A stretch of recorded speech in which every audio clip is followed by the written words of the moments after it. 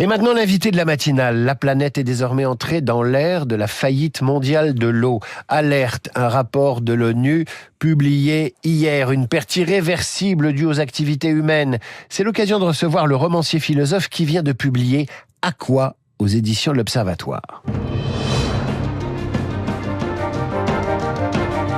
Gaspard Koenig, bonjour. Bonjour David. Merci d'être avec nous ce matin, en pleine actualité environnementale et avec cette annonce sur la faillite mondiale de l'eau par une agence et un expert onusien. Votre précédent roman portait sur la terre et sur les menaces qui pèsent sur les vers de terre.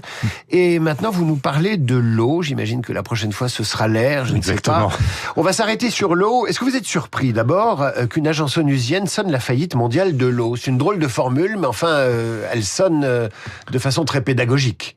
Quand j'ai préparé ce livre, c'est ce que j'ai vu et lu un peu partout. Dès qu'on commence à parler avec les hydrologues, les hydrogéologues, que ça soit en France ou dans le monde, effectivement, il y a qu'à voir aujourd'hui que Ankara et Téhéran sont menacés de rupture d'eau à cause de sécheresses pluriannuelles, c'est-à-dire de sécheresses qui se répètent.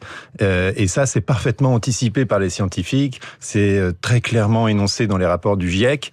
Donc je pense que c'est pas une grande surprise pour la communauté des scientifiques, mais en France, je pense que autant la prise de conscience sur les problèmes de qualité de l'eau, de pollution de l'eau commence à se faire, les gens se demandent si je peux vraiment boire telle ou telle eau, mais sur la question de la quantité, on a toujours l'impression que c'est une ressource complètement infinie, on sait plus d'où elle vient, on appuie, moi le premier, avant d'écrire ce livre, sur le bouton du robinet ou de la douche, et puis ça coule naturellement, et on s'interroge même plus sur la provenance de cette eau. Je discutais avec des gens très érudits, éduqués, qui me demandaient si vraiment l'eau qu'on buvait, c'était l'eau qui était tombée du ciel. Ben oui, en fait, l'eau qu'on boit, c'est l'eau de pluie qui est tombée pas très loin de chez nous, à quelques dizaines, voire une centaine de kilomètres. Peut-être qu'elle est restée 10 000 ans dans des nappes, peut-être que en fait, c'est un tout petit cycle de l'eau qui a duré 3 mois, mais c'est effectivement l'eau de pluie parce que on a beau être dans un monde hyper moderne, hyper connecté, où on peut envoyer des datas dans la Silicon Valley en un centième de seconde, et ben l'eau est une ressource locale, et donc c'est une ressource qui nous rattache à notre milieu. Même quand on vit à Paris, eh bien on est dans un milieu s'il ne pleut plus, eh bien on n'a plus d'eau, voilà, et on n'a plus d'eau à boire, et ça c'est effectivement la promesse de catastrophe humanitaire d'une ampleur inconnue, parce que quand il n'y a plus d'eau dans une ville ou dans une mégalopole, on a 3 jours pour assurer sa survie. Gaspard Koenig, pour nous avertir de ce risque imminent, vous n'avez pas choisi de faire un rapport que vous auriez pu rédiger pour l'Organisation des Nations Unies. Vous avez choisi le roman. Ça s'appelle « À quoi ?» et c'est un village français qui est confronté à cette possibilité du manque d'eau. Quels constats objectifs vous ont-ils conduit à choisir le roman et surtout à confronter une communauté, finalement c'est la France en plus petit, qui est confrontée à cette problématique de l'eau? C'est un peu une répétition générale dans un village qui est effectivement une miniature de ce que peut être une communauté, où les gens sont d'ailleurs pas particulièrement aimables ou vertueux. J'ai voulu être au plus près et parfois au plus cru de la nature humaine.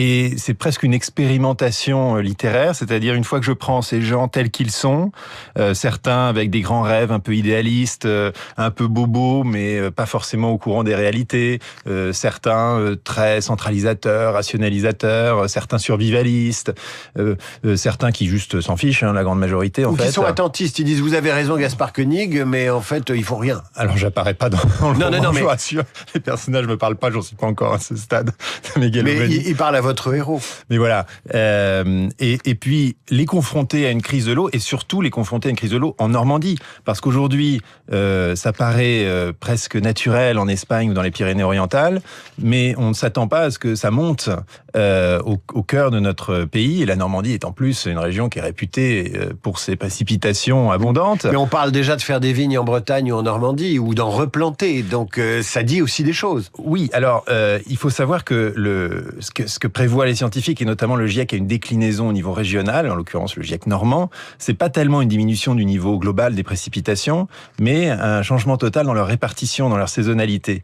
Et en fait, ça paraît rien, mais ça perturbe complètement le cycle de l'eau, et ça dépend aussi des géologies. Par exemple, quand vous êtes dans l'ouest de la Normandie, qui est granitique, où se passe le livre, le cycle de l'eau est extrêmement court, parce qu'il n'y a pas tellement de réserves. Le granit est une roche extrêmement dure, et l'eau part très rapidement vers le fleuve et à la mer. Alors, ce qui est intéressant aussi dans votre roman, c'est que vous confrontez effectivement les points de vue et vous dites, il y a quelque chose qui s'oppose, c'est la vision des gens qui habitent et qui connaissent leur terre et qui connaissent le biotope, si j'ose dire, et puis une vision technocratique, élitiste, parisienne, mais qui est pleine de bonnes intentions. C'est-à-dire que au moins vous n'êtes pas de ceux qui disent les élites, elles sont méchantes, elles veulent notre mal, ce sont des gens qui veulent faire main basse sur les ressources. Vous dites simplement, ils sont à côté de la plaque. Alors oui, il y a vraiment deux personnages qui incarnent ces deux visions. Martin Jobard, le neveu de Jobard, pour ceux qui ont lu Humus, qui est devenu énarque, qui travaille au bureau haut au ministère de l'Environnement, et vous ne devinerez jamais où se trouve le ministère de l'Environnement, c'est une tour à la Défense, fallait quand même y penser, mais qui est non seulement, je pense, comme la plupart de nos élites, bien intentionné, sachant, non corrompu. Vous l'avez quand même appelé Jobard. Ah ben ça, c'est pas de ma faute. Son oncle s'appelle Jobard, son père s'appelait Jobard, et donc voilà, c'est la dynastie des Jobard. J'espère en faire un nom commun très vite. Et lui, évidemment, il veut faire ce que veulent faire les préfets aujourd'hui, avec une logique et une raison que je mets en scène. C'est pas ni des fous, ni des gens malveillants. Tout raccorder et faire passer, prendre l'eau comme une ressource au fond qui va d'un tuyau à l'autre, qu'on peut gérer avec beaucoup d'énergie entre un château d'eau, des pompes, dans d'autres contextes, des usines de désalinisation d'eau de mer. Et puis de l'autre côté, une logique très localiste qui veut au contraire prendre soin de sa ressource, aller retrouver le sens de la source. Il existe toujours des sources, on les a oubliées, mais il y a encore beaucoup de villages qui sont alimentés par leur source, même si la source on ne la voit plus, on ne sait plus où elle est généralement maintenant protégée par un petit cabanon de béton dont les gens ne savent plus à quoi il sert. Et pourtant, il y a toujours des sources et il y a toujours des traitements assez locaux de l'eau, ou dans une toute petite usine, le maire va rajouter un peu de chlore de temps en temps dans la bonbonne.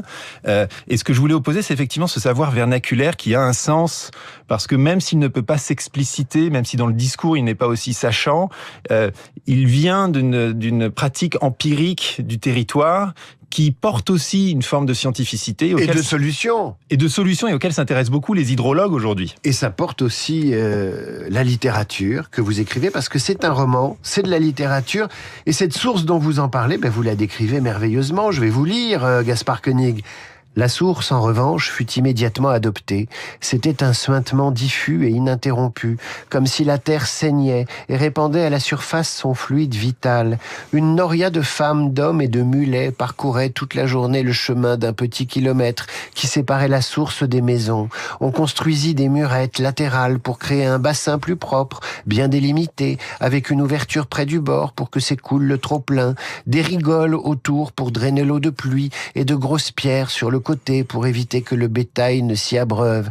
La mare gadouilleuse où Firmin s'était enfoncé devint ainsi une fontaine maçonnée qui faisait la fierté du pays. Cette source, on la connaît tous.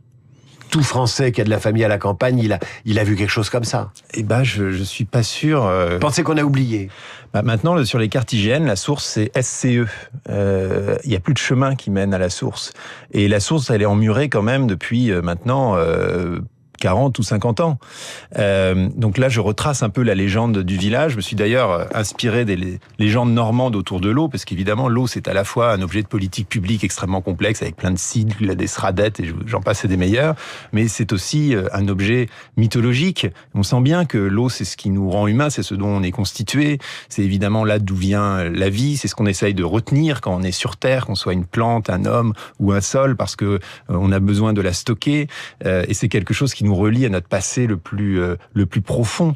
Et donc il y a une espèce de tension entre cette manière très poétique presque d'envisager cet élément et sa gestion administrative aujourd'hui. Gaspard Koenig, je voudrais vous faire écouter quelqu'un. En 74, il était candidat à l'élection présidentielle, il portait un pull rouge, il s'appelait René Dumont. Voilà ce qu'il disait. Et vous savez ce qui va se passer? Eh bien, nous allons bientôt manquer de l'eau.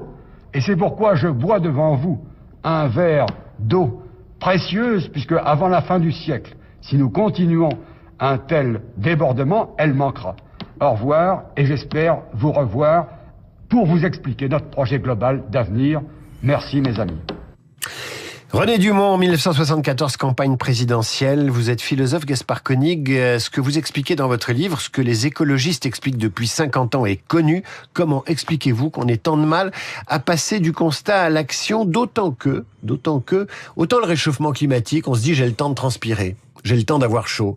Mais quand les gens vont commencer à avoir soif, ils vont s'apercevoir du danger. Et il sera trop tard. Alors d'abord, cette scène avec René Dumont est magnifique et il a vraiment un air auguste d'empereur romain quand il boit cette eau en fixant le téléspectateur, et on a vraiment l'impression quand il la boit que c'est quelque chose de très précieux, qu'il est en train de boire sa dernière goutte d'eau dans le désert, et je sais pas, il y a quelque chose de très fort dans cette scène qui a été très moquée à l'époque.